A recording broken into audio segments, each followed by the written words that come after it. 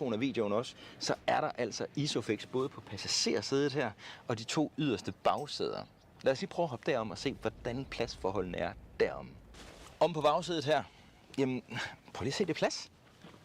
Der er plads til, at jeg kan have mine fødder ind under sædet. Jeg har masser af afstand fra mine knæer op til sædet. Ja, jeg får alle biler til at se store ud. Forsædet her er indstillet til mig. Lofthøjden. Super fint til mig igen. Der er et par USB-C-stik hernede, hvor man kan lade ungernes tablets, mobiltelefoner, hvad det burde være. Jamen, der er jo 3 sikkerhedsseler, en helt flad bund. Du sidder lidt højere her i midten, godt nok, men stadigvæk med okay lofthøjde til mig. Og de her sæder her, de er jo sådan helt støbte. De er meget funky, meget lækkert. Lidt mørk himmel. Sidste ting. Og så har du armlæn med kopholdere. Lad os rykke videre til bagagerummet, som er helt manuelt, hvilket overhovedet ikke gør mig noget. Jeg er faktisk ret glad for. Ladekablet ligger her, hvilket jo ikke tegner godt for, når vi skal ud og have fundet ud af, om der er en frunk. Men hernede, der er faktisk masser af plads. Bagagerummet er, som det er. Det er nok det, man kan forvente i en bil i den her klasse. Brugbart, okay, men ikke noget, man sådan går fuldstændig banjo over. Lad os prøve at tjekke ude foran, hvordan det ser ud. Det er et af de her systemer, hvor man bare, trækker 2 gange. Og så kan vi jo se, nej, ikke nogen frunk. Som jeg fik sagt tidligere i videoen, så er BYD Dolphin teknisk identisk med en BYD Atto 3. Det er samme motor, det samme batteri, det samme BMS-enheder, det er det samme det hele. Bilen her er også bygget på den samme platform. Det er en BYD dedikeret elbilplatform, der hedder E-platform 3.0. Bilen her, den har et opgivet forbrug på 159 watt-timer per kilometer, og det giver den en opgivet VLTP-rækkevidde på 427 kilometer. En BYD Dolphin er altid forholdstrukket. Der ligger en permanent magnetmotor herude mellem forhjulene. Den yder 150 kW. Det svarer til 204 hestekræfter og 310 Nm. Det gør altså, at bilen vil kunne accelerere fra 0 til 100 på 7 sekunder. Det tester jeg senere i videoen.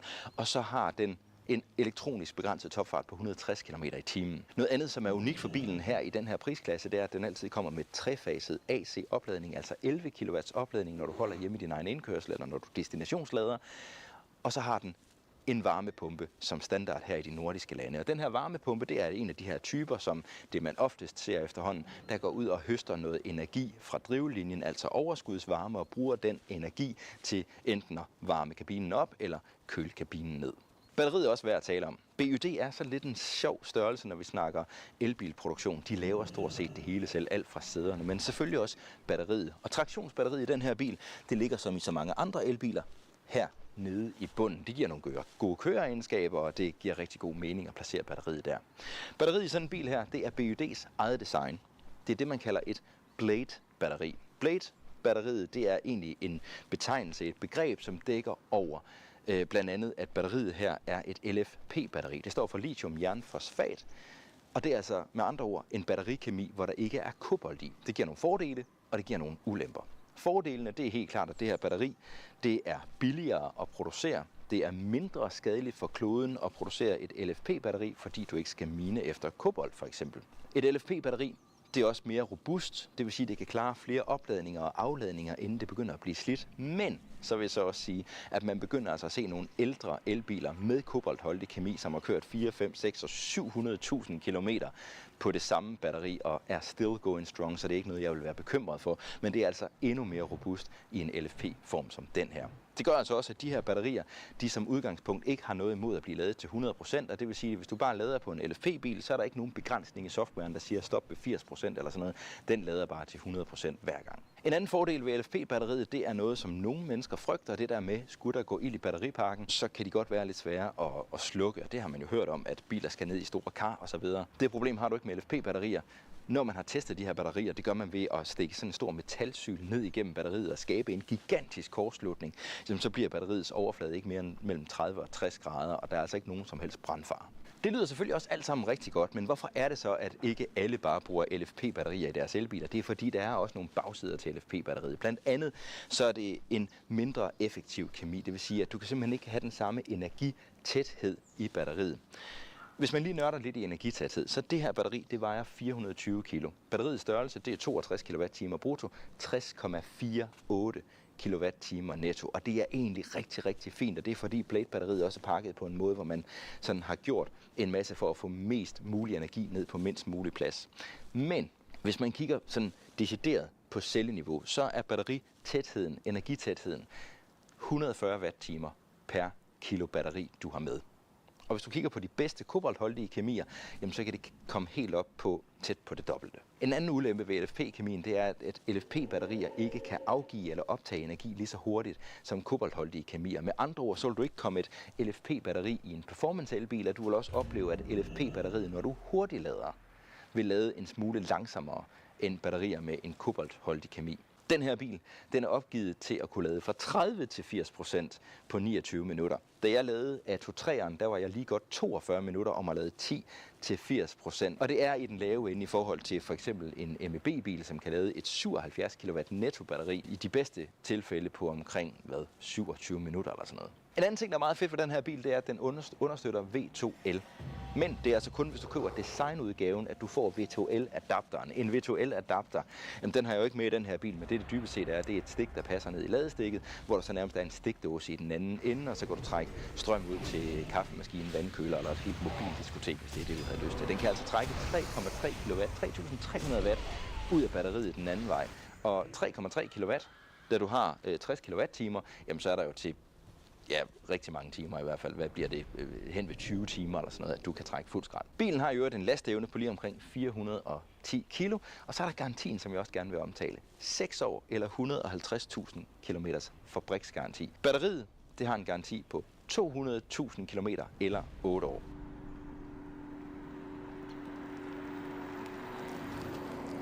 Altså en af de ting, som er virkelig, virkelig fedt ved den lille Dolphin, det er, at den er meget agil, altså venderadiusen.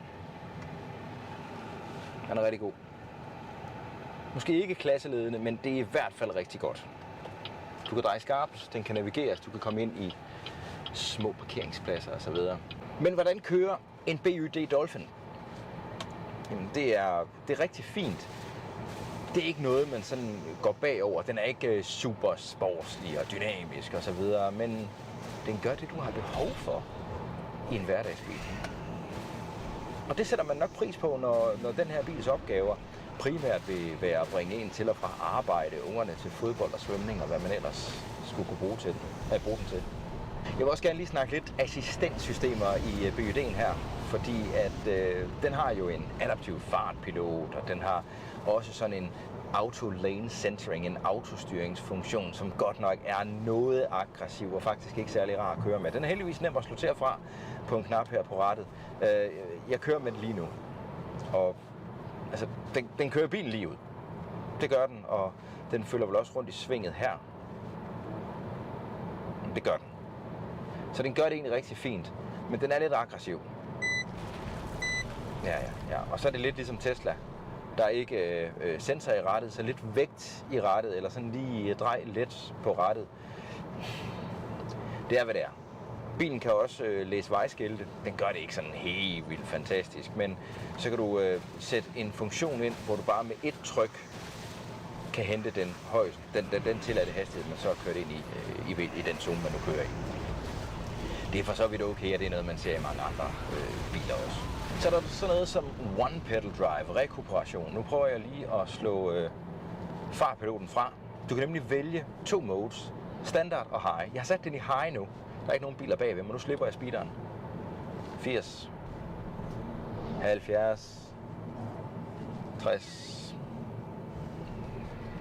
Altså af at være et high mode, så kunne man godt drømme om noget mere. Hvis man skulle fortælle et eller andet til BYD's ingeniører, så bare giv den noget mere gas på rekuperation. Altså one pedal drive free, så når du trykker på bremsen, så kan du se, så stiger tallet her for, hvor meget den rekupererer. Så det er sådan set, tænker jeg, bare et spørgsmål om at programmere det anderledes. Så har jeg begivet mig ud for at finde ud af, hvordan støjniveauet er i kabinen her. Jeg skal være ærlig at sige, det er ikke den mest støjsvage bil, jeg i hvert fald fornemmer, jeg har siddet i tidligere. Jeg kører på min referencestrækning en lille vej lidt uden for Varde, og jeg kører ifølge raceboxen lige omkring 80 km/t.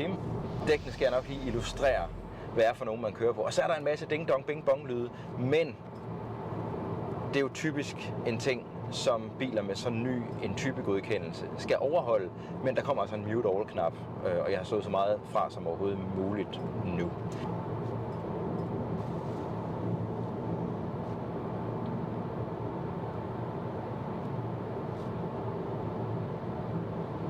Ja, 64 dB, det er ikke sådan super godt, men det er på niveau med en Tesla Model X Plaid, som dog kører på 22 tommer hjul. Noget andet, jeg jo også er begyndt at teste, det er, hvordan bilerne de accelererer, men også bremser. Jeg ser, hvor hurtigt bilen er fra 0 til 100, og så måler jeg, hvor hurtigt den er til at accelerere fra 0 til 80, og så også igen fra 80 til 0. Rekordindehaveren, det er, Toyota BZ4 X, der bremsede fra 80 til 0 på 23 meter. Men lad os prøve nu. Det er jo totalt tør asfalt, marker på begge sider herude på Bøgelandet, lidt uden for Varde. Så sætter jeg bilen i sport mode. Der er ikke noget launch mode i den her bil, så det er sådan set bare slip bremsen og tryk speederen i bund. Så nu stiller lige min lille måleboks her, og så siger vi 3, 2, 1, go. Lidt sløv start, men man kan faktisk høre, hvordan den laver lidt hjulspænd. 100! Og så går den da helt amok på katastrofeblink. Det skal lige siges, at jeg har 45% state of charge, mens jeg har lavet den her accelerationstest. Og jeg er gået 0 til 100 på en helt flad strækning, helt tør asfalt, på 6,95 sekunder. Så det BYD Low er 6,95. Det er faktisk ret hurtigt af sådan en lille bil som den her. Acceleration fra 0 til 80, det gjorde den på 58 meter, det er godt 5 sekunder. 80 til 0, det gjorde den på 25 meter. Og det er faktisk samme nedbremsning fra 80 til 0, som for eksempel en EQE SUV. Det er absolut godkendt.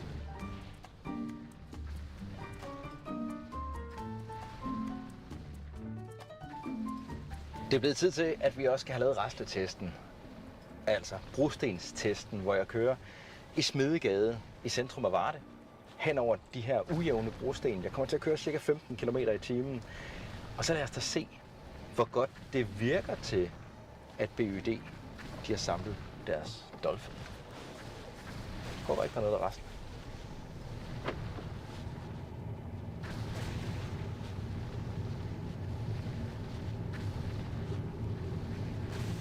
Nej. Det er kameraet, det rasler.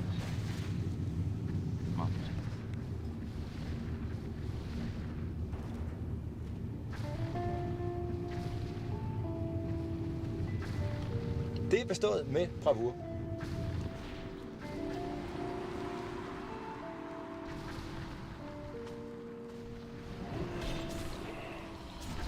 Det er altså ikke dumt.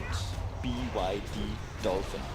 Faktisk vil jeg gå så langt som at sige, at som markedet er i 2023 september måned, så er det her den bil, jeg vil anbefale, hvis man har maks 250.000 kroner at gøre med. Det er oprigtigt en bil, som virker til at være godt skruet sammen. Og nej, den har ikke software som en Tesla, og nej, den har heller ikke assistenssystemer eller komfort som de gode tyskere. Men den er altså oprigtigt et godt bud. Der er også et par ting, som jeg ikke kan udtale mig om, og som reelt er meget vigtige, når man kigger på en bil som den her. Den ene ting, det er sikkerheden, det har jeg været omkring i videoen her, og den anden, det er, hvor modstandsdygtig den her bil reelt er over for rust. Fordi en bil som den her, der vil økonomien, det vil have en rigtig stor betydning. Og hvis man står over for en bil, der er blevet tæret, og den er ud over fabriksgarantien, jeg siger ikke, det er det, der sker, men hvis det er det, der kommer til at foregå, jamen så vil det jo ødelægge hele regnestykket. Men ellers, så er der kvæg de gode garantier, den her bil også kommer med, en rigtig god sikkerhed for, at den her bil vil være billig i drift, og dermed så er det også, som jeg starter med at sige i videoen, en bil, som også godt kan begynde at konkurrere med biler med forbrændingsmotor til under 200.000 kroner. Men der er også nogle ting, jeg ikke har nået at komme omkring i den her video, men det gør jeg i den næste video. Jeg tager den her bil på motorvejen, giver den en ægte langturs challenge, som jeg plejer.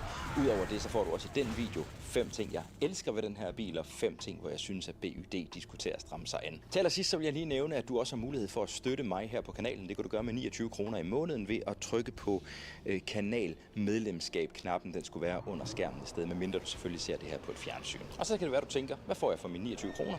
Ja, egentlig ikke ret meget. Du støtter mig i mit arbejde med at være den her nysgerrige elbilist, og så bruger du da ikke pengene på snoller. Tak fordi du er kommet så langt til den her video. Hvis du kunne lide den her video, kan du sikkert også lide den her. Herover kan du trykke, hvis du ikke allerede er gratis abonnent af kanalen, så kan du blive det ved at trykke lige her, hvor jeg står med pistolfingre. Og ellers så vil jeg blot ønske dig en rigtig dejlig dag. Husk at passe godt på dig selv og hinanden på YouTube, og tal pænt i kommentarsporet. Hej. Ja, når man kører Tesla, så bliver man jo både positivt og negativt overrasket. Videoen her er præsenteret i samarbejde med You know what's funny? Go look at my Twitter history. I'm the only influencer who attacks everyone to correct their behavior, right? When Logan... Welcome to Pipes Around the House. In this video, I'm going to show you how to remove old sealant. In this particular example, we're removing it from a bathtub, but the general principle is exactly the same, whether removing it from a bathtub, a shower tray, a basin, and so on. As part of the video, I'll show you the tools, the products, and the methods I use to perfectly prep your surface ready for a brand new bead of sealant.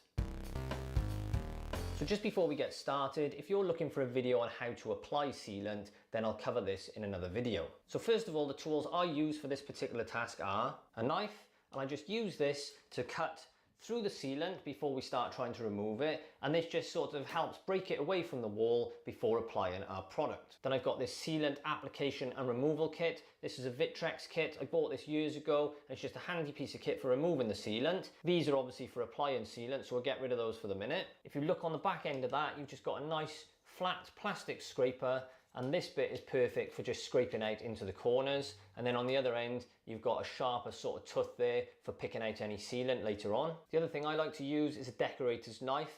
You've got to be a bit careful with the metal ones that you don't scratch your tiles, but I find this particularly useful after we've applied our removal product, just to scrape gently any remaining sealant off the tiles. I like to use a cloth for some general cleaning, along with a brush and pan or something similar. We need some white spirit for cleaning the residue off the wall later, and we also need some old rags. And if you watch my other videos, you'll know I like to reuse my old pants. Then the product I use to remove the sealant is the No Nonsense Sealant Remover. I particularly like this product for a few reasons.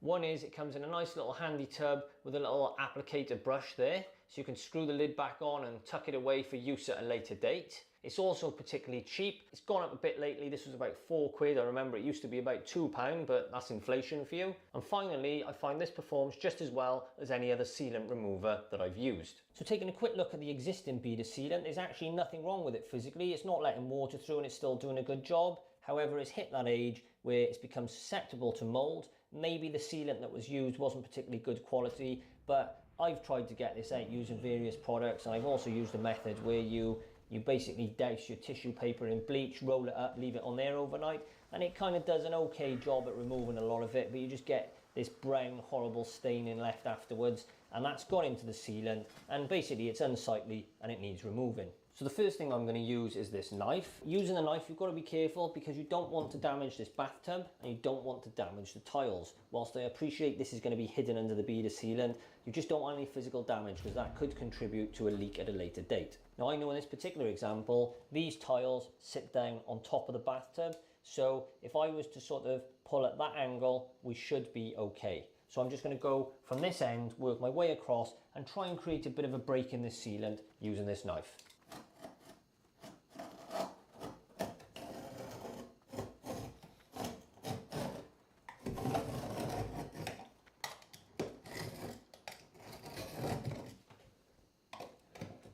Now with most bathtubs, you're going to come across an obstacle like this tap.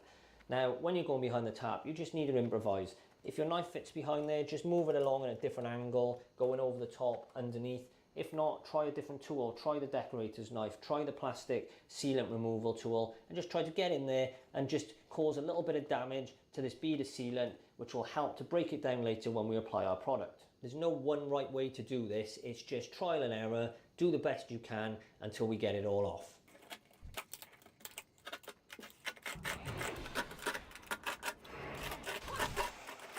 So once I've been around with a knife, I like to go around with this tool here, and this is just the sealant removal tool. I just wedge this down in the corner using a combination of this end and this hooked end, and just see if we can get out any length of sealant before we apply the product.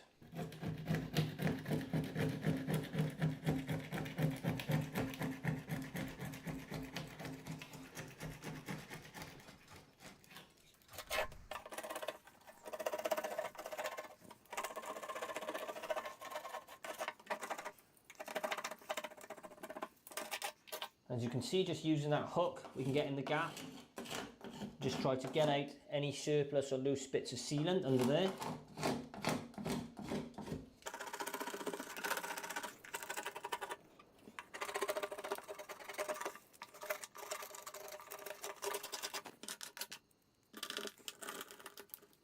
So if you take a look now, using a combination of only 2 tools so far, we've actually done quite a nice job there. We've got a lot of the sealant out. There's obviously still a bit stuck that I can't get off, but we've taken out some good strips there now. So the next thing for me to do is wipe all this down, get rid of all this surplus debris and sealant, and then I think we're going to apply some product.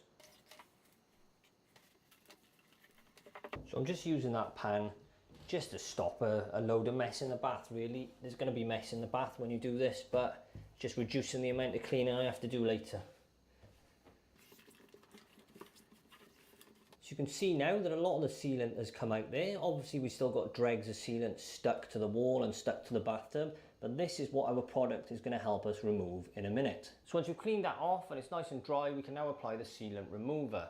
Now this does say to test it on your bathtub or shower tray before you use it, just in case it causes some reaction and damages it. I've used this before, I know it's fine, so I'm going to get on with it. Now to apply this, we quite simply push down the cap like that, release it, and then we just dip the brush into the pot and apply this very generously. You don't want to apply it too thinly, get it on nice and thick. You can see it's just like a clear, thick, gunky paste.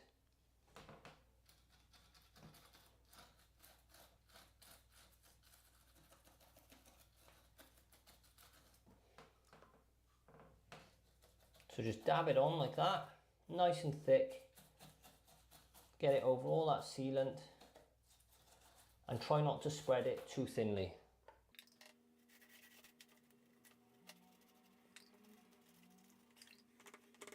And whilst probably okay, it's a good idea to keep this off your taps as well, because it may attack the chrome.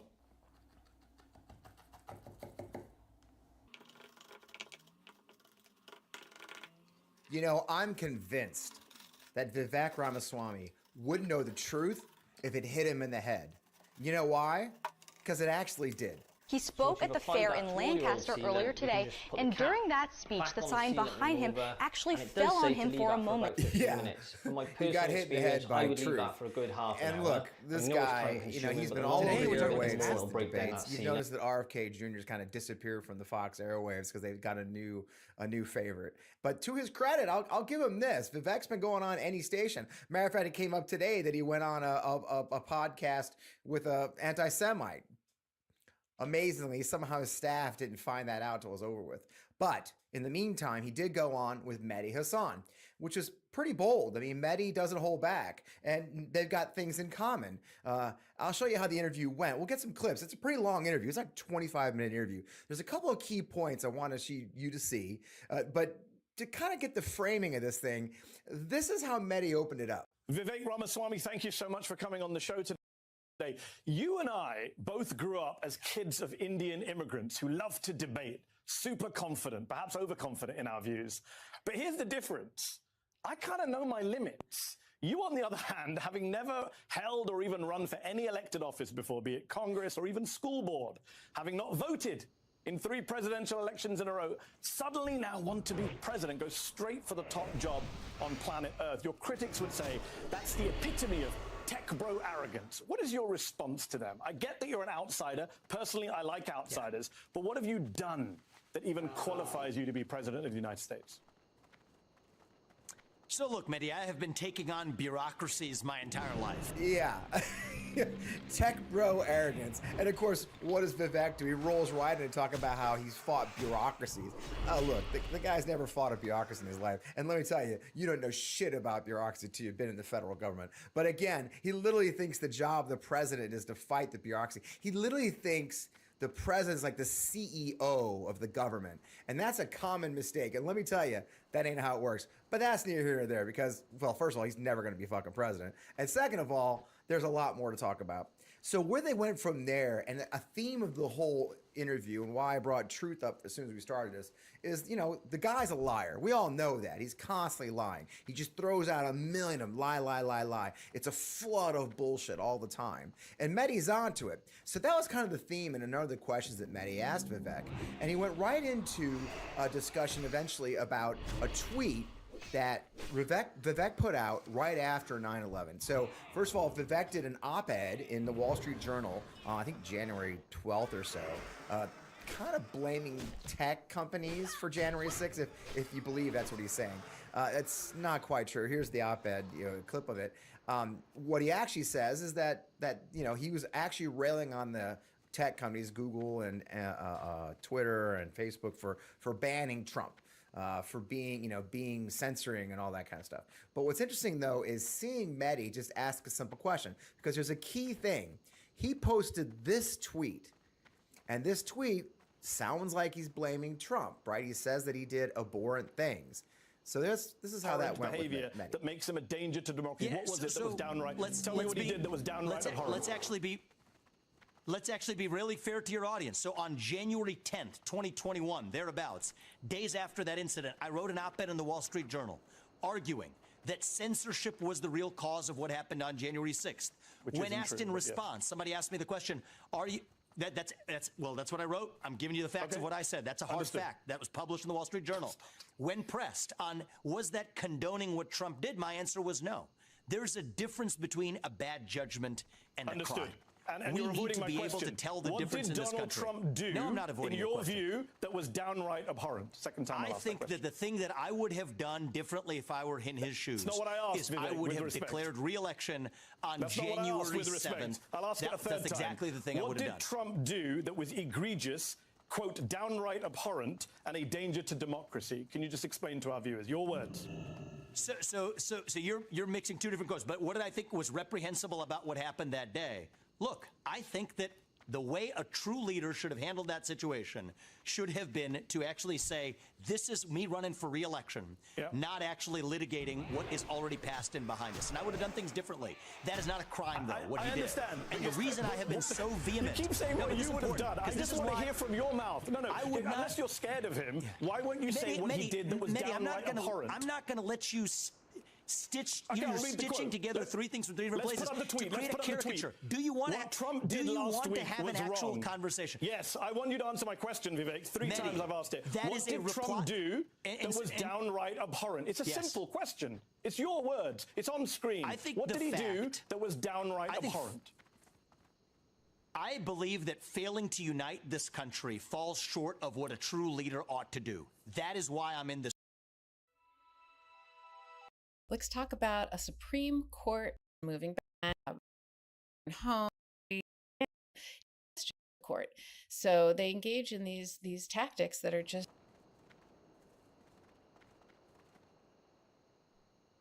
First off, are your parents hoarders? Yeah. My mom is actually a big hoarder. Not a dirty trash one, but in that, like, I'm pretty sure everything I've ever marked with a pen is at some place in that house. We have every VHS we ever watched growing up as children. We have a garage full of every single toy we had, every single school assignment we did. Yeah, she has a huge problem with that. And the reason I asked that is I just assumed it because anytime I do at one of our live events, I ask this question, almost always the answer to that question. If I say, hey, your parents are hoarders, aren't they? The average person almost always says yes. And the reason they always say yes is because it's true. Most people in America are hoarders.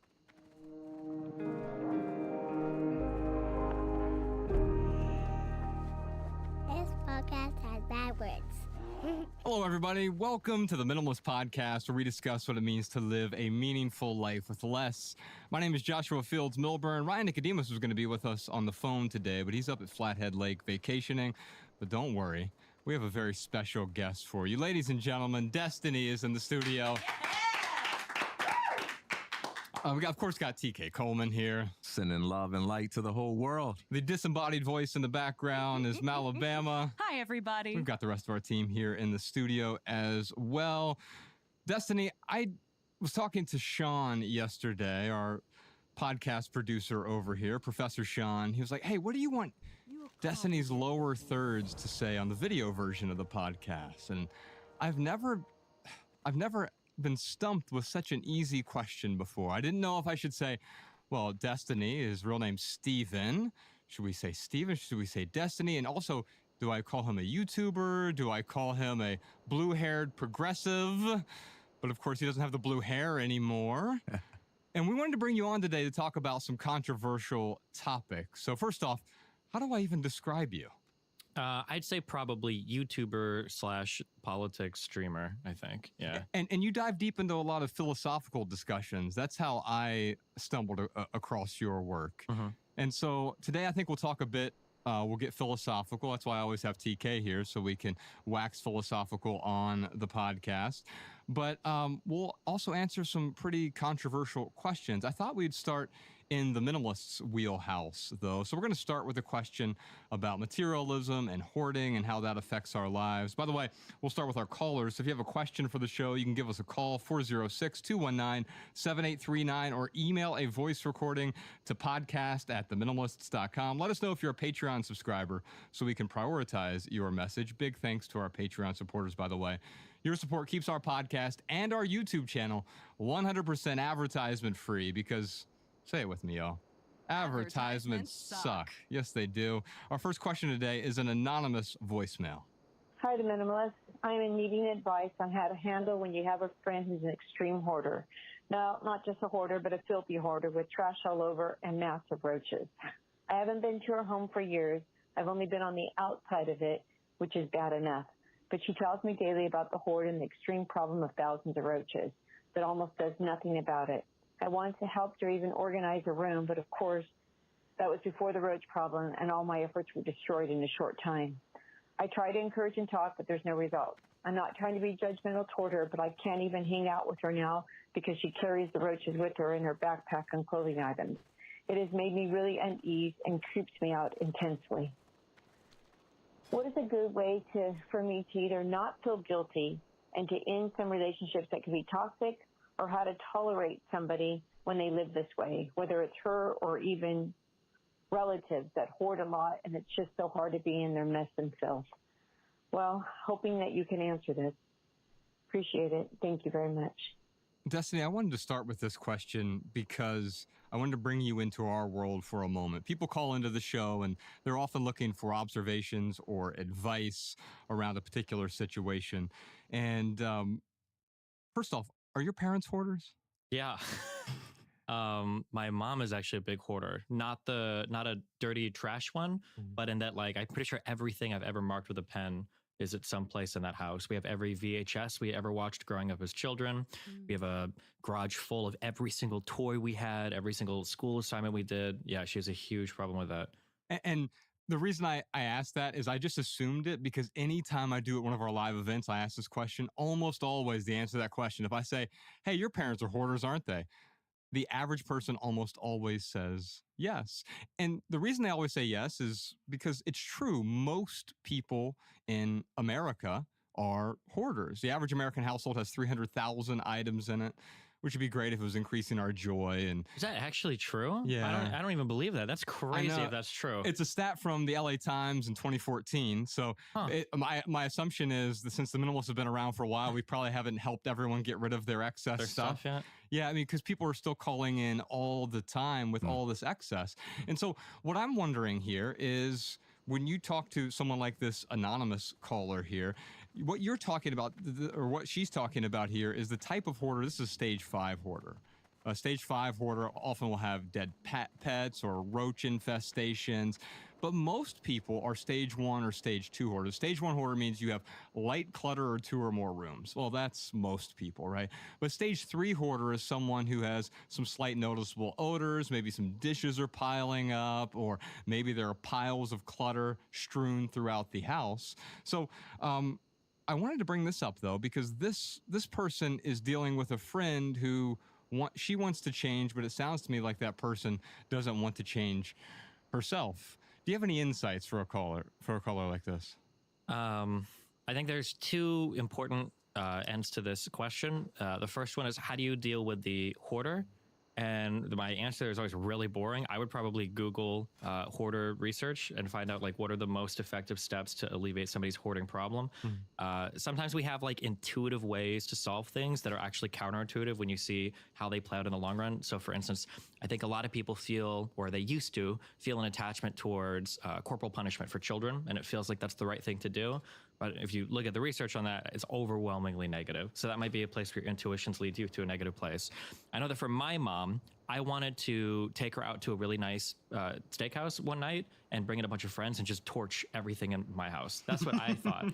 I don't know if that would be a good idea or not, because in my mind, I'm thinking like, if I can just destroy 95% of your shit, you'll come home, you'll be upset for 1 week, and then afterwards you'll go, oh my God, look at how much better my life is, that I'm not spending all my time, you know, sorting through boxes and organizing everything. Or she could have a massive emotional breakdown and hate me and never talk to me again. I'm not actually sure what would happen.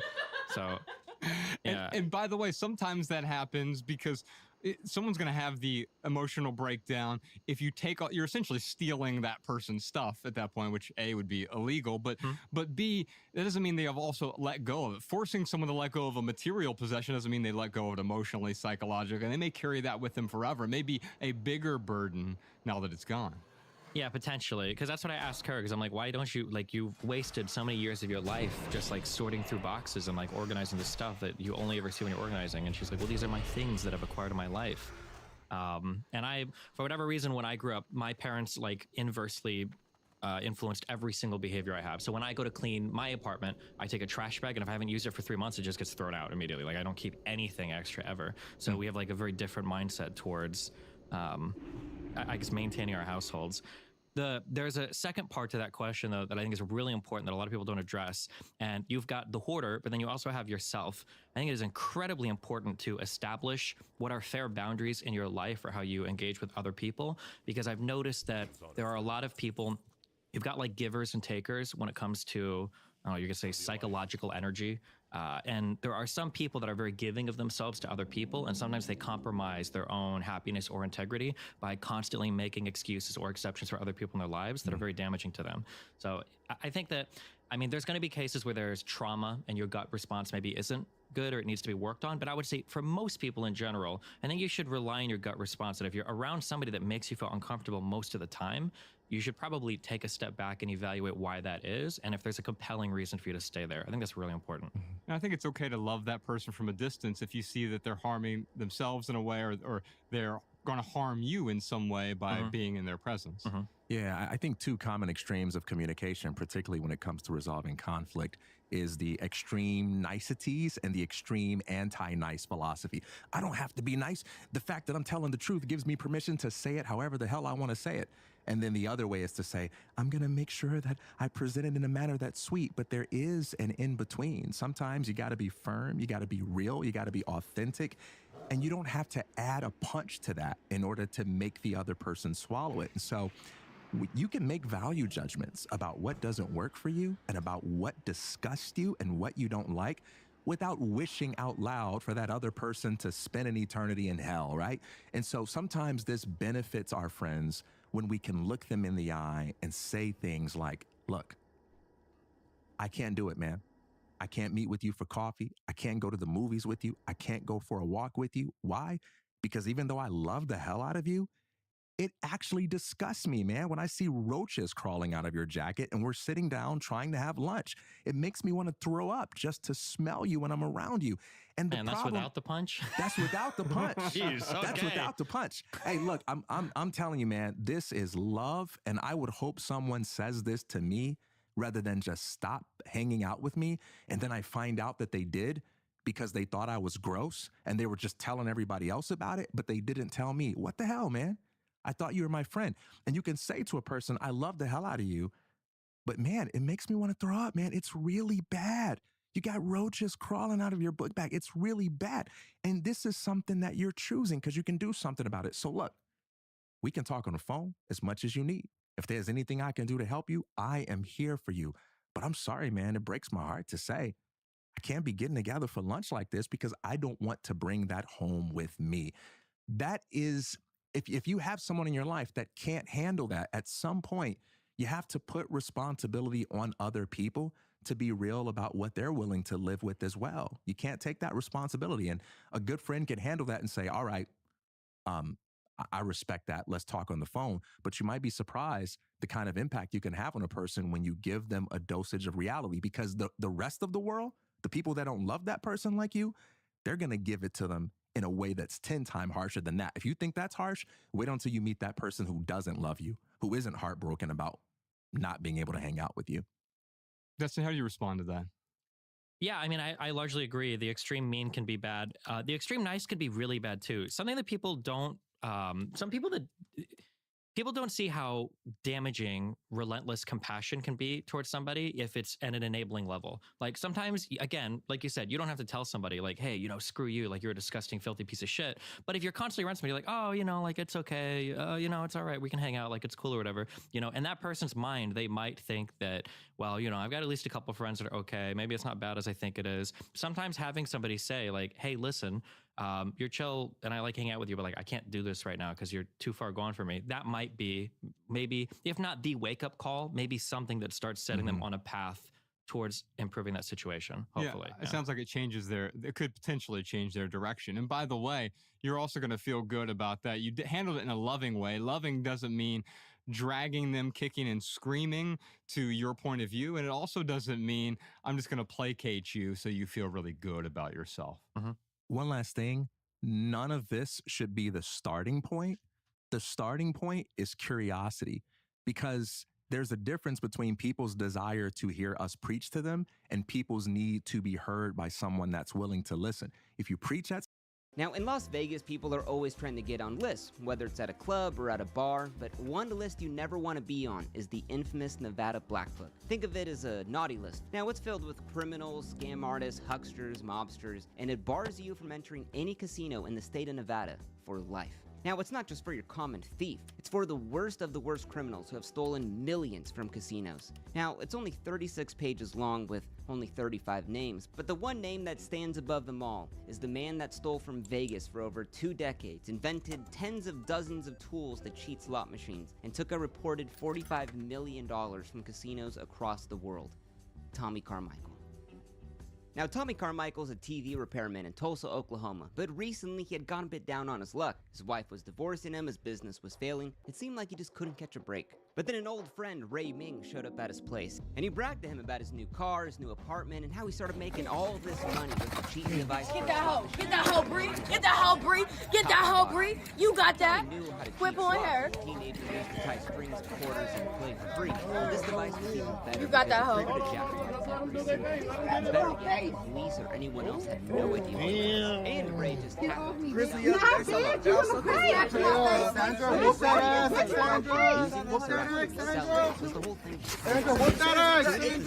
You got that, Bree. Scratch my face, bitch. No, damn. Doing the math, fuck is wrong with make about $1,000 a day, which was all that Tommy really needed. Now, triggering the payout was a $3.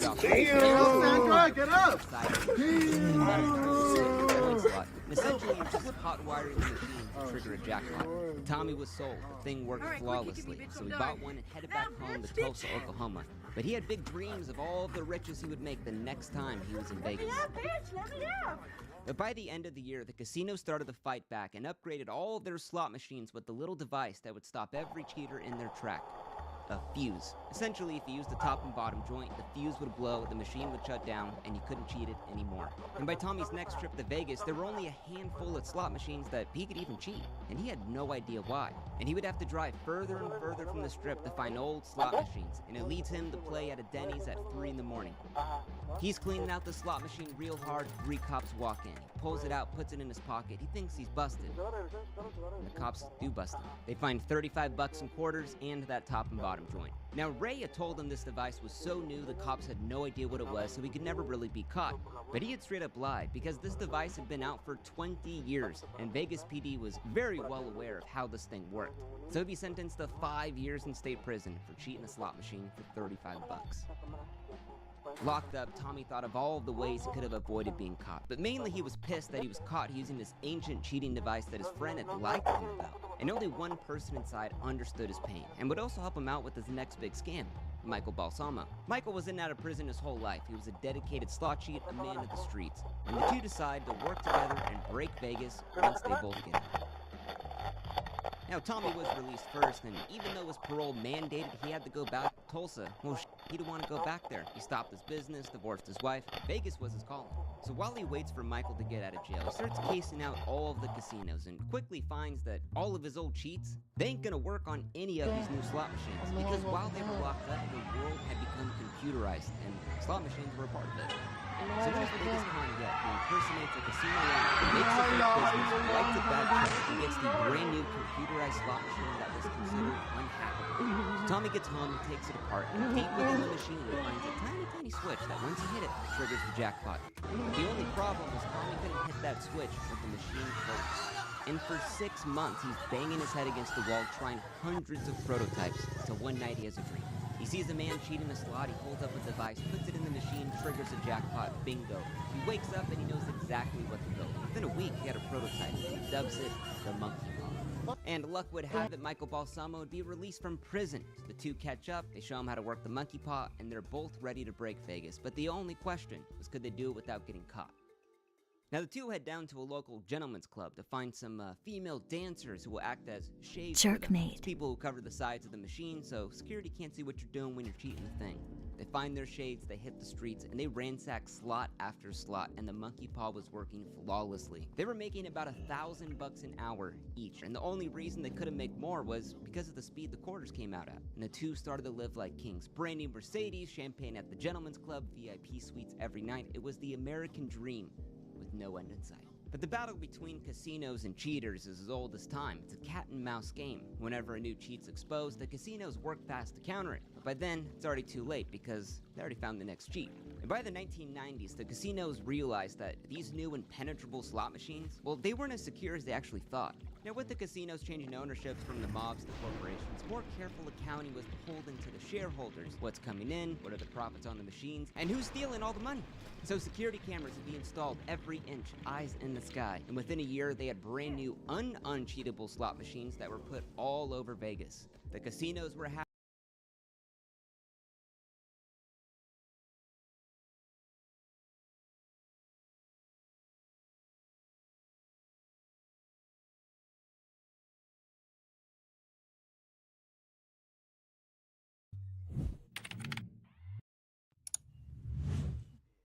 Our guest today is my fiance. I knew you were going to be sitting next to her on this podcast. I knew you.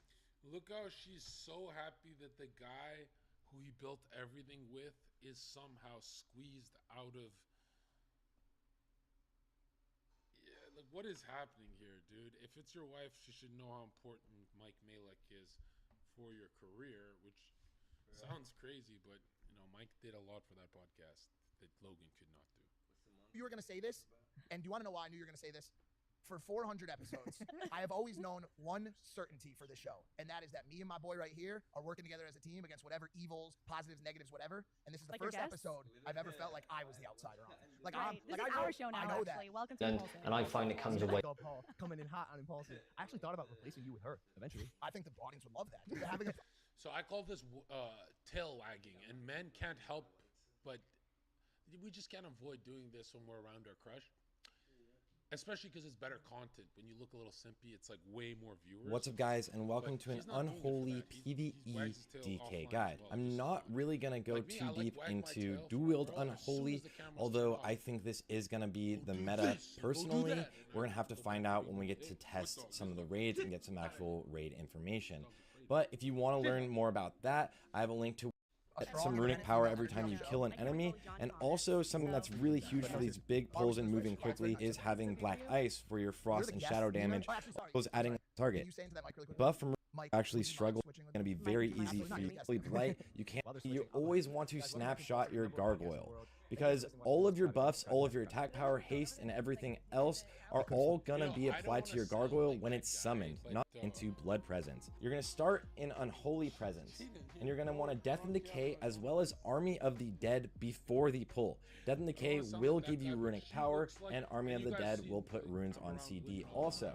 Then you're also going to want a Horn of Winter right before you pull, and generally Haste Pot if you're in a raiding situation. As you're running in, make sure you send your pet to attack, as well as Icy Touch into Plague Strike to get both of your diseases rolling on the target. Icy Touch should be used first because you can use it at range. Then you're going to want a Scourge Strike, followed by a Blood Strike. Now, you can either, if you have Runic Power to get your Gargoyle up, pop all CDs and then summon the Gargoyle, but if you don't, you're going to want to Blood Strike one more time. Summon your Gargoyle with all CDs, Blood Tap, and instantly switch over to Blood Presence, and then you're going to use your Empowered Rune Weapon. Then you go into your standard rotation of prioritizing Scourge Strike, then Blood Strike, and keeping your runes on CD, and then dumping with Death Coil. Again, if Unholy Blight is going to drop, make sure you actually prioritize getting that Death Coil out over using your Scourge Strike or Blood Strike with that GCD. Now, if we're looking at a multi-target situation, usually like dealing with trash or multi-target bosses, make sure you're prioritizing. Absolutely wild situation around Logan Paul and his fiance, who's now suing Dylan Dennis after he leaked explicit images and videos of her. Prosecutors slapped mommy vlogger, YouTuber Ruby Frankie with child abuse charges. Police are frantically hunting for a murderer who escaped prison by crab walking up a wall. Danny Masterson was just sentenced to 30 years to life in prison. Mexico's making history. Florida man's at it again. The problem with the Save the Bees narrative. We're gonna talk about all that and so much more on today's brand new extra large Philip Frankie show. We daily dive into the news. So hit that like button, let me know you like these big shows, and let's just jump into it. Starting with this ugly Logan Paul, Nina Agdal, Dylan Dennis situation has been getting worse and is now going to court. Logan and Dylan are set to fight in October. And leading up to these fights, you usually see a fair amount of traction. Many argue that Dylan has taken it way too far by repeatedly dragging Logan towards Nina in. With Dylan constantly sharing pictures of her with other men, making jokes, suggesting she slept with a lot of men. A few weeks ago, he also suggested he had a nuclear bomb photo of Nina so salacious that if he shared it, the fight would be canceled and he could go to jail. And these kind of posts he has been putting out have been non-stop. There was a day I counted he did over 20 of this specific thing. And while everything was essentially kind of playing out in the court of public opinion, Nina apparently had enough, with TMZ reporting that she actually filed a lawsuit and is seeking a restraining order against Dylan, claiming that he posted despicable things about her over 250 times since the fight was announced, saying it caused her to suffer humiliation, emotional distress, and harmed her reputation. But also, a very key thing here is it's not just all of the images. The lawsuit specifically calls out one sexually explicit image that he shared 10 years ago, claiming that Dylan posted that image uncensored without consent, but adding he only agreed to remove the picture from the internet when Misfits Boxing, which is hosting his fight against Logan, had him take it down. The lawsuit also pointing to a video that he posted where Nina discusses a period of celibacy in her life, saying that clip was stored in her Snapchat archive and alleging that Dylan must have hacked the account to obtain it. And so Nina is seeking unspecified damages, but is after at least $150,000 for violation of intimate image law. That's in addition to asking a judge to bar Dylan from posting explicit images. As far as Dylan's response to this, he wrote, Nina Agdal has filed a massive lawsuit against me, he filed a restraining order against me, and is seeking prison time. So the fight is in jeopardy if I'm in jail. This is actually wild, but I won't stop. Fuck the system, come get me. Logan Paul is a dead man walking. And adding, I will provide more details when I can, but because it's a federal case, I can't at this time. P.S. Fuck that hoe. Though there, I do have to point out he is either lying or stupid. But even TMZ noting that the lawsuit says nothing about missing the fight or jail time because, quote, that's not how lawsuits work. Also, a number of lawyers saying they don't know why he said he can't talk about it because it is a federal case, noting it's actually easier to get information about the lawsuit because it's a federal case. But with that, unsurprisingly, Dylan has then continued to post more slut-shaming memes since the suit came out, with him also posting a video of Nina crying and calling her a clout whore in another clip. And so we'll have to see how all this plays out, but I think where I want to end this is, like, if you do not like Logan Paul, I'm not gonna fight for Logan Paul. The man is as good at WWE as he is at giving people reasons to dislike him. But the acceptance and the celebration of Dylan Dennis slut-shaming his fiance as a way to get to Logan is scumbag behavior. And what's kind of funny is that if the details of this fight provided by people like Jake, all her friends want Logan, but she's his pretty much. This and I said this in front of Logan.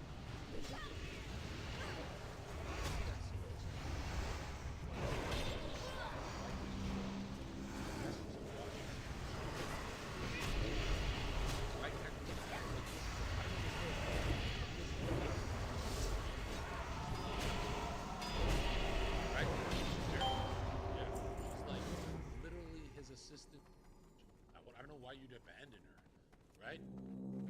And yeah, and then she's smaller than you, so it's more fun. So yeah, her name's Ayla. Yeah, why? What happened to her? Why did she just leave the internet forever? I did it before you. How would you feel if you had your balls removed, Ayla? Hi! Yo, I'm not being a drama queen, let me show you. She was confident without being a man. Oh my god! She was more confident than this.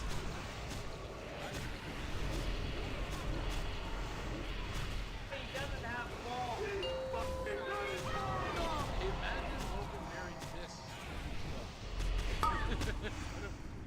They're all used up. Well, I'm just trying to think.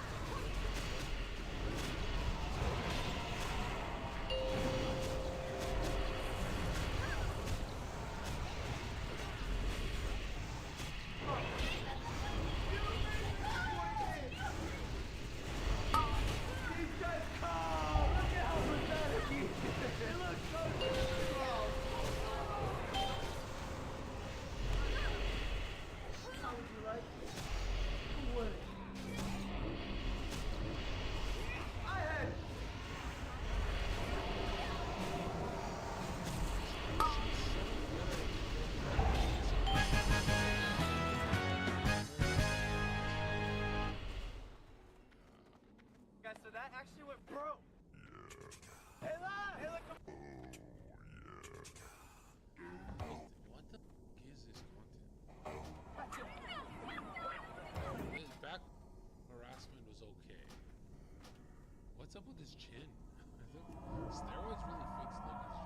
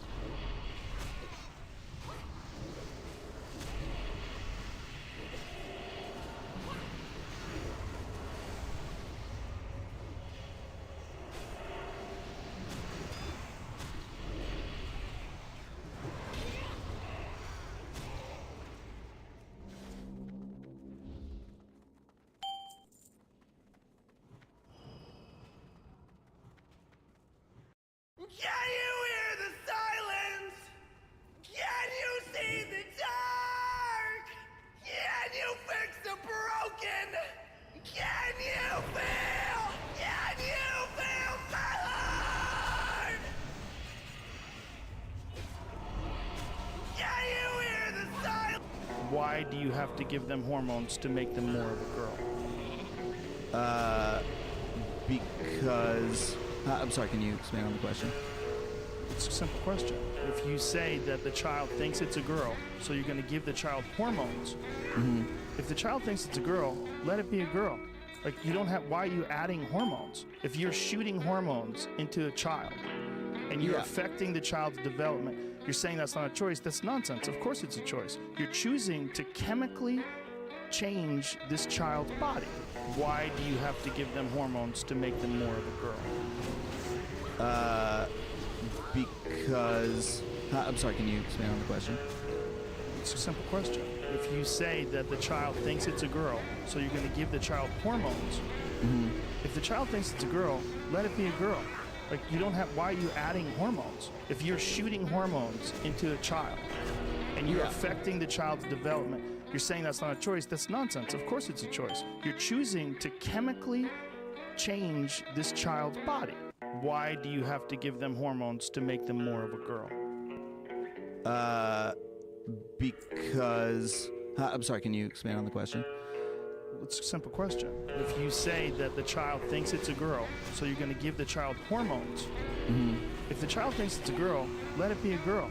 Like, you don't have, why are you adding hormones? If you're shooting hormones into a child and you're affecting the child's development, you're saying that's not a choice, that's nonsense. Of course it's a choice. You're choosing to chemically change this child's body. Why do you have to give them hormones to make them more of a girl? Because... I'm sorry, can you expand on the question? It's a simple question. If you say that the child thinks This YouTuber, WotLK, he was once a massive channel pumping out tons of like Let's Play videos, and then he made a hard pivot into AI, just going full cannonball into the deep end of the pool of AI. In particular, AI generated content. I think he owns like 20 channels as well, and he wants to make all of them basically AI centric, so that way it's all made by AI, so it's as minimal as possible for maximum content. He is not here, this is all AI.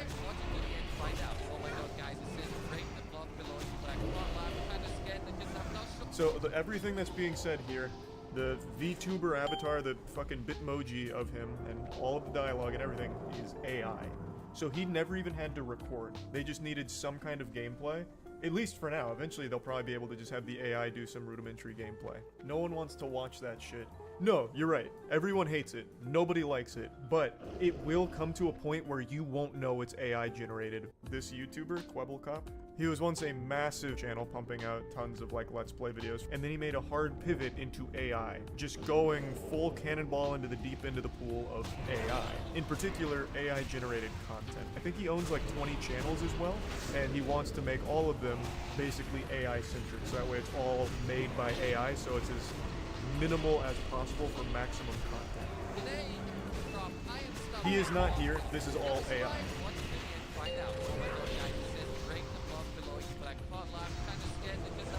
So everything that's being said here, the VTuber avatar, the fucking Bitmoji of him, all of the dialogue and everything is AI.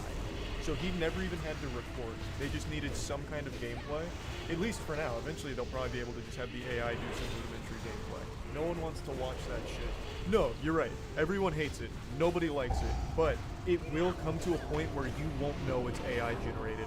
This YouTuber, WotLK, he was once a massive channel pumping out tons of like Let's Play videos, and then he made a hard pivot into AI, just going full cannonball into the deep end of the pool of AI. In particular, AI generated content. I think he owns like 20 channels as well, and he wants to make all of them basically AI centric, so that way it's all made by AI, so it's as minimal as possible for maximum content.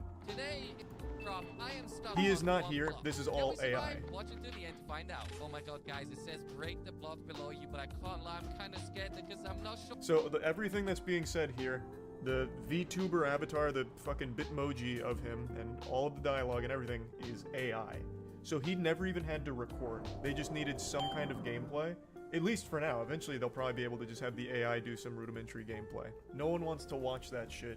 No, you're right. Everyone hates it. Nobody likes it. But it will come to a point where you won't know it's AI generated. This YouTuber, WotLK, he was once a massive channel pumping out tons of like Let's Play videos, and then he made a hard pivot into AI, just going full cannonball into the deep end of the pool of AI. In particular, AI generated content. I think he owns like 20 channels as well, and he wants to make all of them basically AI centric, so that way it's all made by AI, so it's as minimal as possible for maximum content. He is not here, this is all AI. Watch it to the end to find out. Oh my god, guys, it says break the block below you, but I can't lie, I'm kind of scared because I'm not sure. So everything that's being said here, the VTuber avatar, the fucking Bitmoji of him, and all of the dialogue and everything is AI. So he never even had to record. They just needed some kind of gameplay. At least for now. Eventually they'll probably be able to just have the AI do some rudimentary gameplay.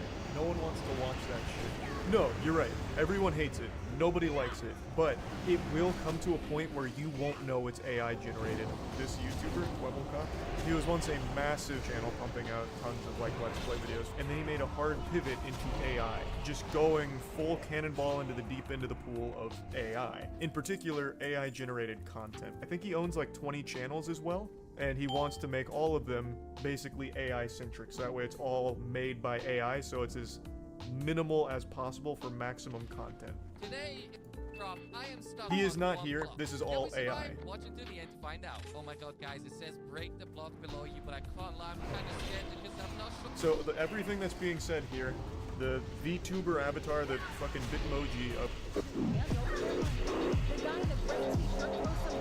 How much money do you have? I'm poor. Officially, Decal have everything. Are you the richest man in Romania? I don't know. How many cars do you have? Decal have 15. They have 15. How many do I have? 15, of course. Andrew, have you lied in any moment during this interview? Yes. When? When you asked me how many cars I had, Mhm. that was a lie.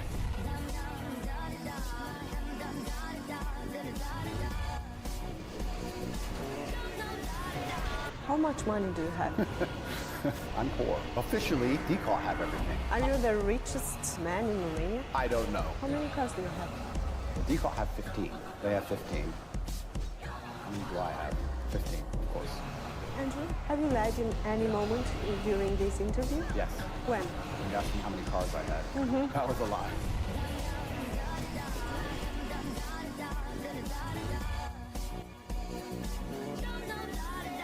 How much money do you have?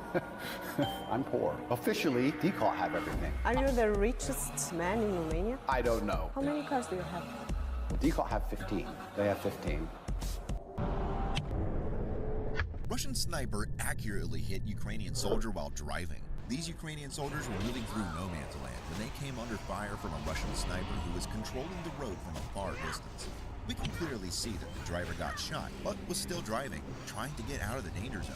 He was shot in the stomach, where the bulletproof vest stopped the bullet and gave the Ukrainian soldier another chance in life. The soldiers weren't completely unaware of the danger since they're seen from the beginning of the video moving at a high speed, but they had no other chance than to keep going while facing the danger. Russian sniper accurately hit you. Hey, can I ask you a question? Yeah, what's up? Okay, would you rather go home with me for the night or choose a free mystery gift? I'm gonna take the gift, but You're gonna take the gift? cause you're not really gonna take me home. Oh, I mean, I could do, you never know. But you're gonna go with the gift? Yeah, I'm gonna take the gift. Okay, that's fair enough. I mean, choose the one that you want. What do you think it might be? I don't know, something light, like some paper or something. No, there's definitely something inside that for sure. How are you feeling? Have you ever won like a free mystery gift before? No, I see the shit on TikTok, so I'm hoping it's like $100 in here. Oh, okay, yeah. I mean, there could be. Who knows? Well, I guess we'll find out soon. Show me how you handle the box. Professionally. Right, what's in there? It's your number? Yes, it's my number. Okay. You win my phone number. All right, thank you. Maybe you should call me sometime. Who knows? We could like maybe meet up, shoot an OF video together. If you're not playing, hell yeah. I'm definitely not playing. Hit that number up and maybe we could collab. All right, it's a bet. It's a big bet. Hey, can I ask you a question? Yeah, what's up? Okay, would you rather go home with me for the night or choose a free mystery gift? I'm gonna take the gift, but You're gonna take the gift? cause you're not really gonna take me home. Oh, I mean, I could do. You never know. But you're gonna go with the gift? Yeah, I'm gonna take the gift. Okay, that's fair enough. I mean, choose the one that you want. What do you think it might be? I don't know, something light, like some paper or something. No, there's definitely something inside that for sure. How are you feeling? Have you ever won like a free mystery gift before? No, I see the shit on TikTok, so I'm hoping it's like $100 in here. Oh, okay, yeah. I mean, there could be. Who knows? Well, I guess we'll find out soon. Show me how you handle the box. Professionally. Right, what's in there? It's your number? Yes, it's my number. Okay. You win my phone number. All right, thank you. Maybe you should call me sometime. Who knows? We could like maybe meet up, shoot an OF video together. If you're not playing, hell yeah. I'm definitely not playing. Hit that number up and maybe we could collab. All right, it's a bet. It's a big bet. Hey, can I ask you a question? Yeah, what's up? Okay, would you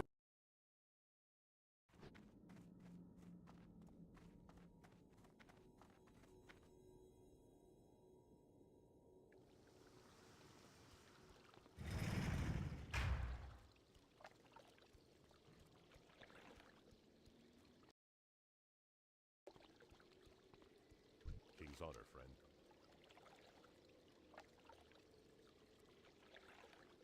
Be careful.